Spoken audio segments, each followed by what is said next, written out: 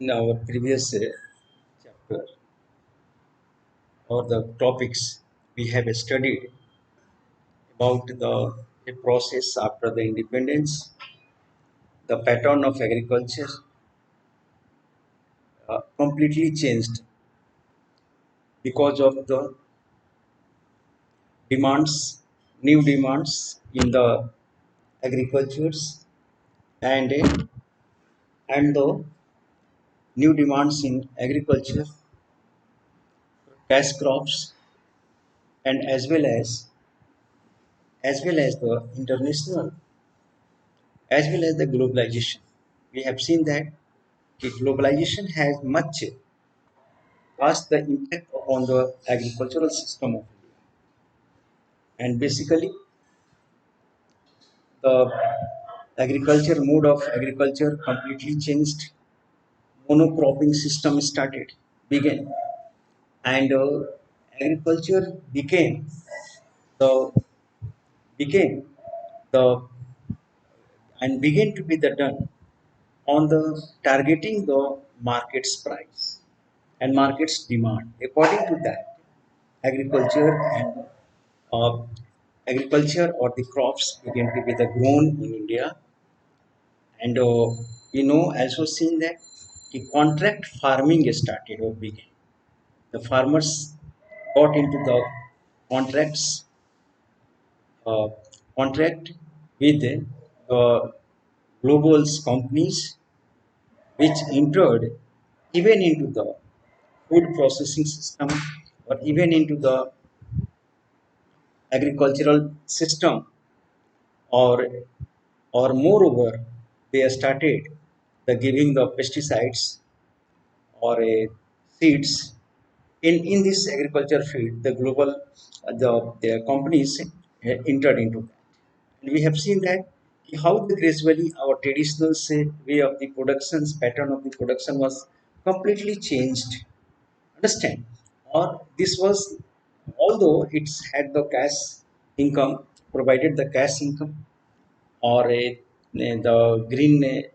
uh, the green revolutions also provided the much productions in the different certain parts of our country. But now we have to be the see that with the new transformation of the and the patterns of changing pattern of agriculture, now also change demands, growing demand, demand of the labors.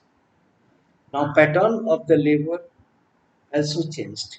The laborers had very good relations, and they and the, in the traditional in traditional agricultural system. But in the new pattern of agriculture, the laborers and their owners, these relations also change. And moreover, the movement of the laborers, the circulation of labor, it also new pattern of the agriculture now. And the modern agriculture uh, changed the demand of the laborers and the migration of the labor.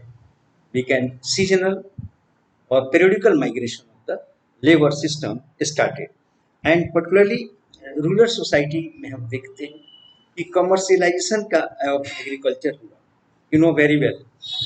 Commercialization of agricultural means कि now agriculture began to be the done for the purpose of for the meeting the market demands, and according to that agriculture was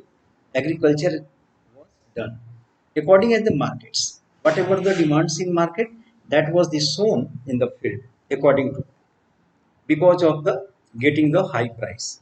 And I have also mentioned that कि जो multi cropping system, वो multi cropping system अब change होके क्या हो गया, mono monocropping में हो गया. ये मोनोक्रॉपिंग क्या था, this brought a lots of distress to the farmers, क्योंकि मल्टी क्रॉपिंग्स में, क्योंकि किसी भी नेचुरल कैलेमिटीज के बाद जो जो मोनोक्रॉपिंग है अगर एक बार डिस्ट्रॉयड हो गया, तो this left nothing to the farmers.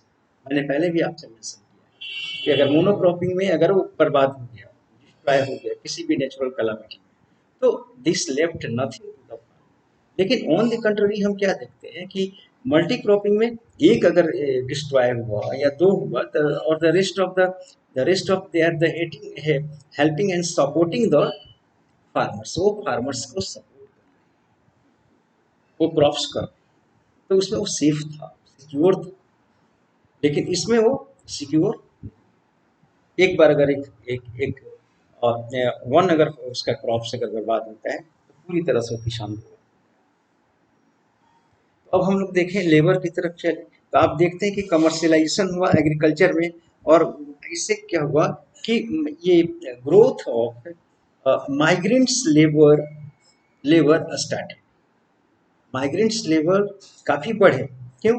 कि जैसे ट्रेडिशनल बॉन्ड्स ऑफ पैट्रोन्स था किसके बीच में, लेबरर्स और लैंडलॉर्ड्स के बीच में एक एक पैट्रोन, ये पैट्रोनिजल, ये ट्रेडिशनल बॉन्ड था दोनों में, मालिक आसामी और मालिक मास्टर, ये रिलेशन था दोनों में।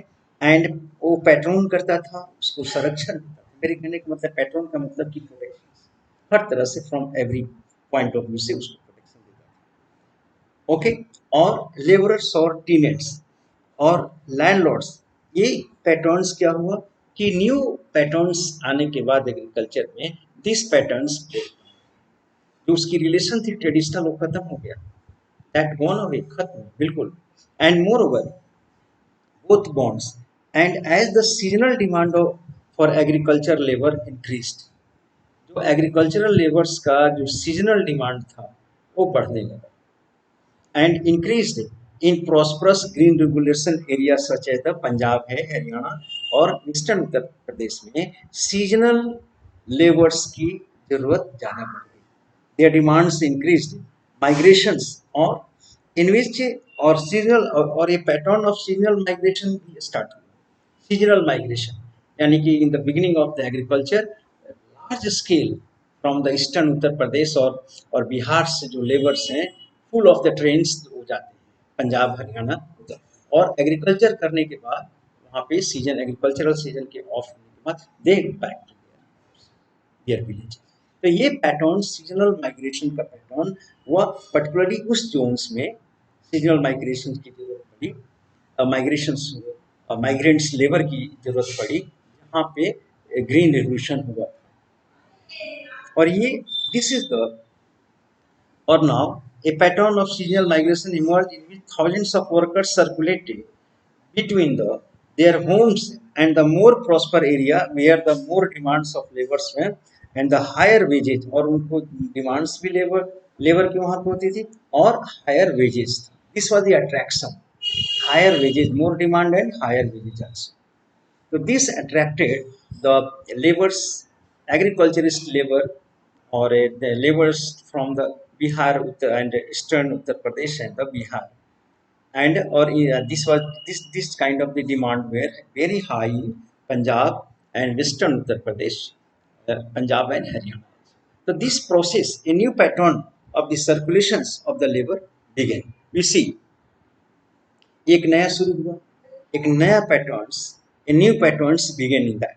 एंड मोर ओवर, अब देखा जाए कि द लेबरर्स माइग्रेंट्स जो हुआ, ये इनइक्वलिटीज इन रूरल एरिया में फ्रॉम मिड 90s में, रूरल एरिया में अगर देखा जाए तो इनइक्वलिटीज बढ़ने लगे, यानी कि इनकम इनकम जो है उनका शॉर्ट होने लगा, वांट्स बढ़े, डिमांड्स बढ़ा, उनका रिक्वायरमेंट्स बढ़ा। उससे क्या हुआ कि 90s में इनइक्वलिटी जो प्रिवेलेंट था वो और बढ़ना शुरू हो गया। तो दिस फैक्टर्स ने क्या किया कि this factors force the migrant laborers to move in the different directions of the country in quest of the jobs and the work। ये इनइक्वलिटी जो बढ़ी 90s में, ये this factor forced the households to combine multiple occupation to sustain themself, और इसने force किया कि combine the multiple occupation. How, why to combine the multiple occupations? To raise the money, income of the house, क्योंकि वो तरह तरह के अगर काम नहीं करेंगे तो तब तक उनको they could not can't meet their requirements. तो बिकॉज ऑफ दिस इनइक्वलिटीज जो बढ़ा 90s में, इसने ये फोर्स किया लेबर्स को, और किस लिए कि तो मल्टीपल ऑक्यूपेशन से ज्वाइन करने के लिए, and sustain as livelihood strategy, men migrate out periodically, और अपनी लाइवलीहुड को सस्टेन करने के लिए, लाइवलीहुड को the particularly the main started and began the migrant periodically started migrate out periodically in search of work और in search of work and better wages। ये periodically गांव से माइग्रेट होने के लिए, ये periodically मेरे कहने का बात वही है कि एग्रीकल्चरल है या कोई मिल है मान लो, या एग्रीकल्चर है, तो वहाँ पे periodically इनको जॉब मिलता है 6 मंथ्स के लिए, 4 मंथ्स के लिए, जो जो बीजी हार्वेस्टिंग या बीजी डिमांड्स के जो पीरियड्स हैं उसमें अधिक इनकी डिमांड होती है periodically। कभी कभी नहीं डिमांड है तो they are outstayed off, understand, अगर वर्क है तो कॉल एंजॉय। तो ये पीरियडिकल चलता था, और एग्रीकल्चर तो पीरियडिक आप जानते ही कि है, एक सीजनल सीजन पर ही होता है, जो कि पर्टिकुलर क्लाइमेट है तभी होगा, नहीं तो नहीं होगा। तो ये पीरियडिकल डिमांड इनकी हुई, और ये वहां से माइग्रेट होने लगे और बेटर वेजेज के लिए, while women and childrens are often left behind their village, और they could not go along with their women and childrens, because उसके लिए क्या होता है, शहर में ज़्यादा खर्च होता है। तो वुमेन को अपनी वाइफ्स को छोड़कर, अपने बच्चों को छोड़कर, by living in at the home, in the home they left and come to the, and this where their elderly grandfathers या grandmother used to look after their childrens and the family. उन पर छोड़कर ये जो youngster थे particularly, ये migrant हुए, और ये दिस माइग्रेंट वर्कर्स क्या था, ड्रॉट प्रोन, और पर्टिकुलरली ये माइग्रेशन होता किस एरिया से, जहाँ से माइग्रेट होते थे, या तो वेदर वो एरिया ड्रॉट प्रोन होता था, या फ्लड प्रोन होता था, फ्लड अफेक्टेड होता था, या ड्रॉट्स होता था, या फेमिन्स, बारिश नहीं हुई कई साल से, तो वहाँ के इस इलाके के जो लेबर्स हैं उनका माइग्रेशन ज़्यादा होता है, अंडरस्टैंड, क्योंकि उनके यहाँ तो कुछ था नहीं, बचता नहीं था, तो इसलिए something to bring home they had to migrate. तो पर्टिकुलरली ये ड्रॉट एरिया से, जैसे आज भी आप देखिएगा जो लेबर्स हैं तो ज़्यादा पलामू से माइग्रेट करते हैं। आप जाएंगे पलामू से, और बिहार की जो प्रॉस्पर्स एरिया है, जो पैडी होता है जहाँ पे, या जहाँ पे वीट बहुत अच्छा होता है या पैडी होता है, तो वहाँ उसके हार्वेस्टिंग के टाइम में आप देखेंगे कि लेबर्स आते हैं ग्रुप में, वो आते हैं, कहाँ का पूछेंगे कहाँ के हैं, तो कहेंगे कि हम पलामू डिस्ट्रिक्ट। तो क्यों कि वो अनाज के लिए आते हैं, कॉर्न्स के लिए, पैडी के लिए, कि अगर वो हार्वेस्टिंग करेंगे तो उनको अनाज मिलेगा, they will carry to there, क्योंकि वहाँ पे क्या है, उनकी पैडी नहीं होता है, राइस होता नहीं है वहाँ पे, तो राइस के पर्पज से वो वहाँ से माइग्रेट होके आते हैं, और लगभग वो अपना काफ़ी राइस एक्यूमुलेट करके वो फिर जगह पैकिंग करके वो लेके जाते हैं अपने गाँव में, जहाँ पे उनका ड्रॉट एरिया होता है। लेकिन अब तो पैटर्न था क्या, कैश, इस पैटर्न में क्या था, कैश के लिए माइग्रेट होते थे, ये हाई कैश मिलता था। उसके बाद, और particularly migrants worker come mainly from dot and और लेस प्रोडक्टिव एरिया से, and they go to the Uttar Pradesh, वो उनका माइग्रेशन होता है। या आप कंस्ट्रक्शन साइट्स पर, शहरों में जो कंस्ट्रक्शन साइट्स जितने भी आप देखेंगे, ये माइग्रेंट्स लेकर है, वर्कर आउटसाइडर्स ज़्यादा मिलेंगे आपको। और न्यू दिल्ली में या बेंगलोर में जो कंस्ट्रक्शन साइट्स है वहाँ पे माइग्रेशन, और ये this migrants workers term as the foot loose labours by Jan Breman जो सोशलिस्ट हैं, इनका नाम उन्होंने कहा कि foot loose labour, foot loose यानी कि फ्री, हम इसका अगर हम इस डिनोट्स करें इस टर्म को, तो इसका सिग्निफाई करता है ये फ्रीडम, ये फ्री मूवमेंट्स। लेकिन ऐसा नहीं था, this was not free movement, footloose freedom, but this does not imply freedom. इनका जैसे ब्रेमेन से स्टडी करने के बाद ये क्लियर करते हैं कि to the contrary that landless worker don't have many rights for the instance. लेकिन ये फुट लूज तो थे, मूवमेंट तो था इनका, लेकिन दे हैड नो राइट, इनको कोई राइट्स नहीं था। क्यों? कहाँ कहाँ ये राइट्स इंप्लाई नहीं कर पाते थे? They are usually not paid the minimum wages, जो गवर्नमेंट्स ने मिनिमम वेजेज जो सेट किया है, गवर्नमेंट ने जो अपनी एक्ट के अनुसार निकाला है मिनिमम वेज, वो दे गॉट लेस देन। तो इनका कहाँ कहाँ राइट्स इनका रहा जब they were given the less particularly. और यहाँ पे यह है कि wealthy farmers often prefer to employ migrants worker for harvesting. जहाँ भी मैंने कहा ना कि जहाँ हार्वेस्टिंग होता है, तो वहाँ पे जो फार्मर्स थे, जो wealthy farmers, they preferred the migrants labor rather than their local labor. क्यों? Local laborers now used to demand the high wages, and migrants laborers uh, they could get the cheap laborers, cheap at the cheap way, at the lower wages, which they could deploy, they could deploy the migrants labour. They preferred, क्यों? क्योंकि वो wages कम देते थे और उनका exploitation ज़्यादा किया जा सकता था। क्योंकि लोकल जो लेबर्स मजदूर थे उनका एक्सप्लॉयटेशन नहीं किया जा सके, क्योंकि उनकी डिमांड भी हाई थी और वो बहुत ही अवेयर थे एक्सप्लॉयटेशन थी। क्योंकि ये बाहरी होते थे तो ये बेचारे अफ्रेड भी होते थे और इनसे अधिक से अधिक काम और अभी भी लिया जाता है। तो दिस से माइग्रेशंस की जो मैं बात कर रहा हूँ कि right, and they were usually not paid the minimum, and here farmers often prefer employ the migrants harvesting such intensive operation rather than the local workers class, because migrants are more easily exploited। मैंने कहा कि migrants को अधिक अच्छे से ये exploit कर सकते थे, and exploited can be paid lower wages भी देते थे, exploit भी किए जाते थे, that they were the very good for the wealthy, क्योंकि उनको क्या है, उन्हें पैसा प्रॉफिट होते by paying the low wages देकर ही वो प्रॉफिट में अपना अर्न करना चाहते, give the low wages as and the get the profits. तो they prefer the migrants labour rather than the local labours. And no, ये प्रेफरेंस जो है produce a peculiar pattern in some area where local landless labourers move out of the some villages in search of work during the peak agriculture season. अब देखो ये criss cross हो गया, यहाँ पे लेबर्स जो local labours were not deployed, the farmers of this area prefer to deploy the migrants, prefer करते थे माइग्रेंट्स को दिस एरिया।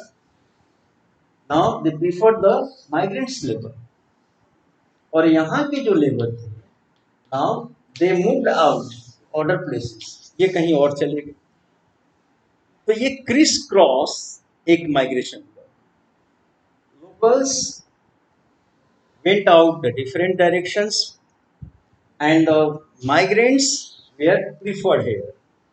तो ये एक अजीब सा सर्कुलेशन ऑफ लेबर हुआ कि नाउ एंड पैटर्न्स जो है इनका, दिस प्रेफरेंस क्या, labours of out of home villages search of work, while migrants workers were brought in from the other areas of work at the local farms में बाहर से लाए जाते थे और यहाँ लोकल वाले बाहर जाते थे। ये एक पैटर्न शुरू हुआ बिल्कुल। एंड आज भी ऐसा है कि लोकल्स हैं वो चले गए कहीं और काम करने, सर्च ऑफ गुड वेजेस उसकी तलाश में, और जो दूसरे जगह के माइग्रेंट्स है वो यहाँ पे सर्च करते हुए वर्क यहाँ पे प्रेफर किए गए।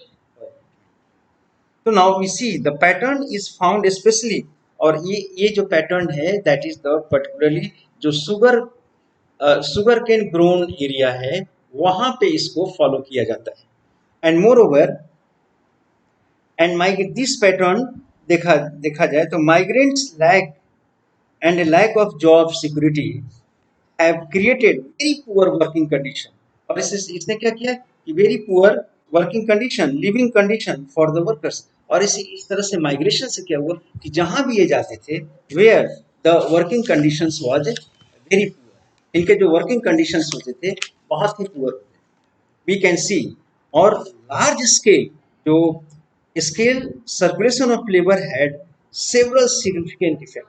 इसका प्रभाव क्या था, अब हम लोग देखेंगे कि जो रूरल सोसाइटी है, जो रूरल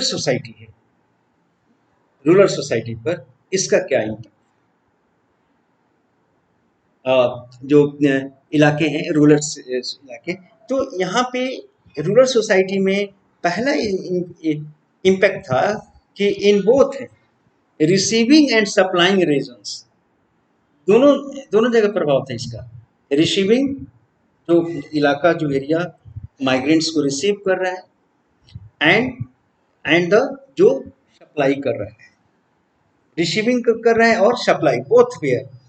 जैसे एग्जांपल अगर हम देखें कि इन पुअर एरियाज, जो गरीब इलाका है, अनप्रोडक्टिव एरिया है, ड्रॉट प्रोन एरिया है, and poor areas where male family members spend much of year working, और इस पुअर इलाके में जो जेंट्स या male members, they preferred much spending their time outside of their villages. Why? For the purpose of working as much as they could. जितना वो कमा सके, इस पॉइंट ऑफ व्यू से दे नाउ प्रीफर और the stayed much more time in the outs of their villages. तो वहां पे क्या सिचुएशन बना, मतलब ये तो चले गए, okay, and then the villages में क्या हुआ कि they gone there working outside of their villages. Cultivation, much of their working outside, cultivation has become primarily the female task. अब ऐसे जगह जहाँ की जेंट्स चला गया आउट, कोई भी गांव मान लो विलेज है, वहां से जेंट्स जो है from that village went out to join the work in the other areas या other out of other cities और स्टेट चला गया।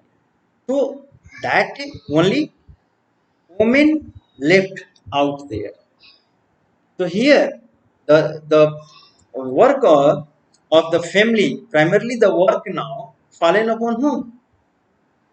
Who took the responsibility of the house? The female task. And women are also emerging as main source of agriculture. और उसमें ऐसे गांव में क्या हुआ कि women emerged as the main source of agriculture labor. ये महिलाएं जो हैं ये एग्रीकल्चरल लेबर्स की मेन सोर्स बन गई, they became that, okay, and more over और leading to the feminisation of agricultural labour force. और ये क्या हो गया कि फेमिनाइजेशन हो गया एग्रीकल्चरल लेबर फोर्स का, फेमिनाइजेशन हो, क्यों कि male out of home, understand, and only female remained there.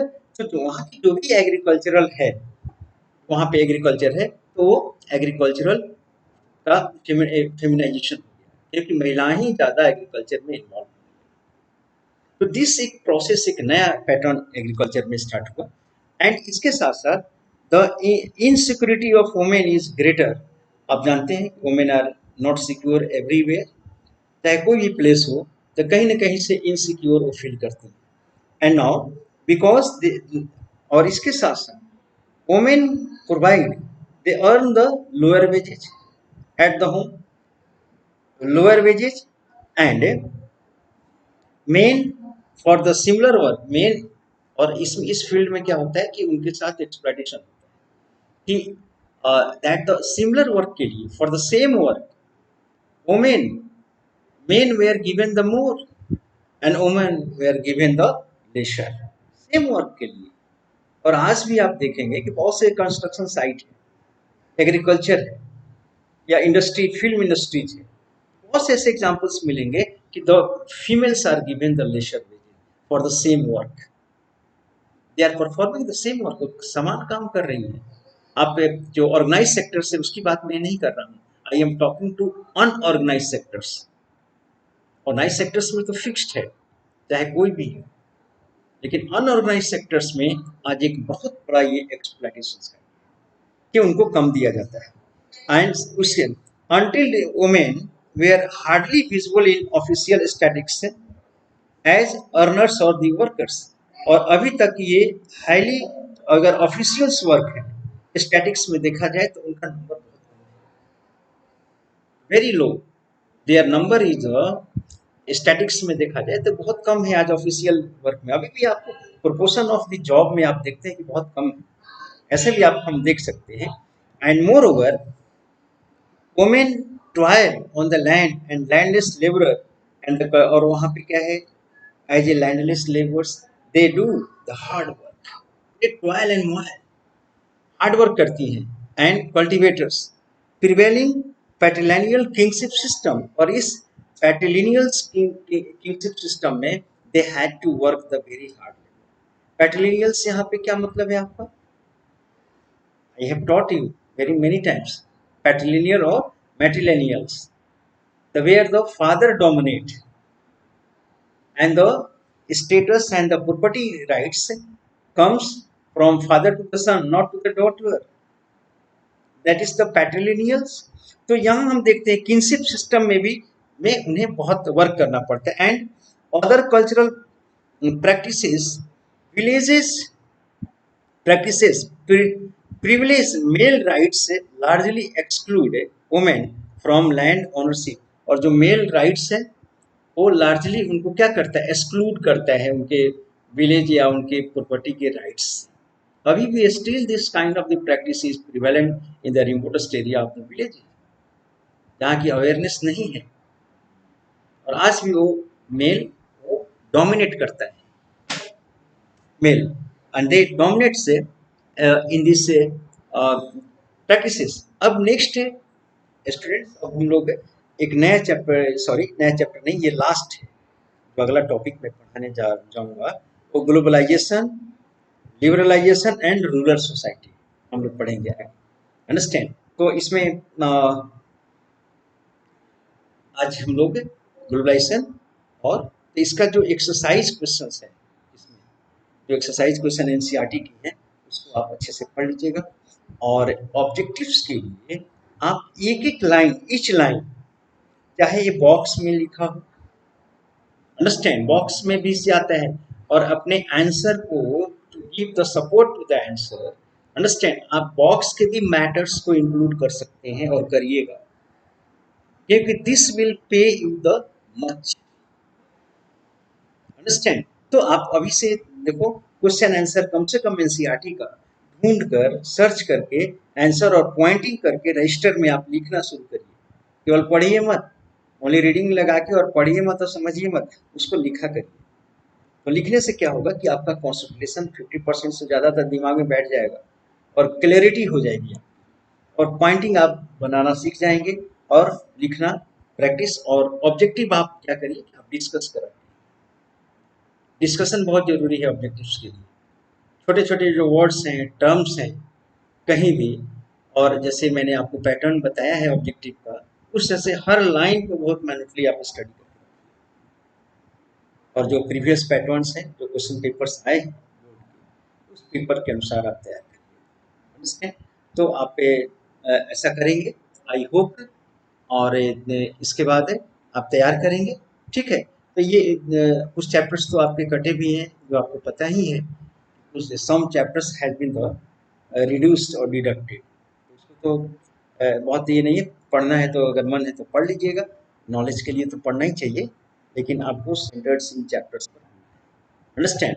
तो ये लेबर का, तो इसमें वन टॉपिक जैसे ग्लोबलाइजेशन क्या है आप जानते ही हैं, लिबरलाइजेशन क्या है, और उसका इम्पैक्ट जो रूरल या गांव की जो सोसाइटी है उस पर, ये हम लोग देखेंगे। तो सर्कुलेशन ऑफ लेबर आप समझ लिए कि लेबर माइग्रेशन पैटर्न कैसे सेट हुआ in the new pattern of agriculture में, और किस तरह से ट्रेडिशनल पैटर्न ऑफ एग्रीकल्चर टूटा, ब्रेक डाउन हुआ, और नए फैक्टर्स उसमें क्या आए, इसको आप पॉइंटिंग कर लेंगे, है ना, कि पैटर्न्स में नया फैक्टर माइग्रेशन में क्यों माइग्रेट हुए, कहाँ माइग्रेट हुए, अंडरस्टैंड। और माइग्रेशन के बाद इनके विलेज की क्या मतलब कंडीशंस, वहाँ पे जैसे फेमिनाइजेशन ऑफ ये है, फुट लूज लेबर है, ये सारी चीज़ें आप उसमें एक एक चीज़ आप करके पढ़ते जाएंगे। तो I suppose that it will be very easy for you, nothing else. बहुत ये नहीं है, अगर क्लास की तो बात ही हम लोग की ये रहता है, हम लोग का इंटरेक्शन एक होता है, लेकिन फिर भी हम लोग क्लास से अच्छे इफेक्टिव हम लोग करेंगे और साथ में यू आर लुकिंग ऑल, आप तो देख रहे हैं शायद, मैं नहीं देख पा रहा हूँ, तो फिर भी इनविजिबली, इनविजिबल मैन है आप लोग, इनविजिबल, और मैं तो विजिबल हूँ। खैर, आप लोग अपना ये मान के और खुद इसे पढ़ना शुरू कर दीजिए, क्योंकि ऐसा नहीं लगता कि हम लोग कभी क्लास में एक लिविंग टीचिंग कर पाएंगे सर। तो फिर जो भी है, एकलव्य ने तो क्या किया, गुरु का एक मूर्ति बना के ही उसने क्या किया, उसमें अपनी शस्त्र शास्त्र चलाया। तो आप वही एकलव्य की तरह बनिए। ये अंगूठा मांगने वाला गुरु नहीं है, अंडरस्टैंड, लेकिन हाँ आपका support. Thank you very much for this day. Yes.